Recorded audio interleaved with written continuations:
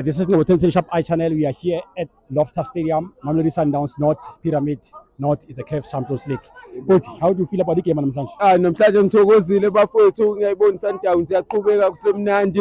Sijabulile namhlanje sonke sama supporters Sundowns. Yeah. I'm happy bafowethu. Bamisa inombolo siyajabula ngeSundowns. Siyayikhuthalela silanda each and every time mayikhona. Wina 18 wethu siyayikhuthalela.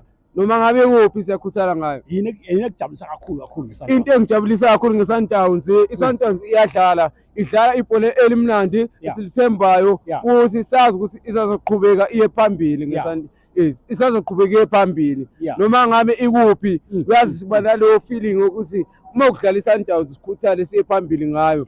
Ngivuka nje kuseni ngijabulile nami kungithuma ukuthi hayi ngiyoyibuka iSundowns. So nje eThekwini namhlanje ngilande yona iSundowns la ePitoli. Ayanijabulisa. And la ungitshela umyalezo onganikeza ucoach wakho njengoba enijabulisa kanje. Umlazo nje engawunikeza ucoach wami. Yes coach, qhubeka nale squad onaso.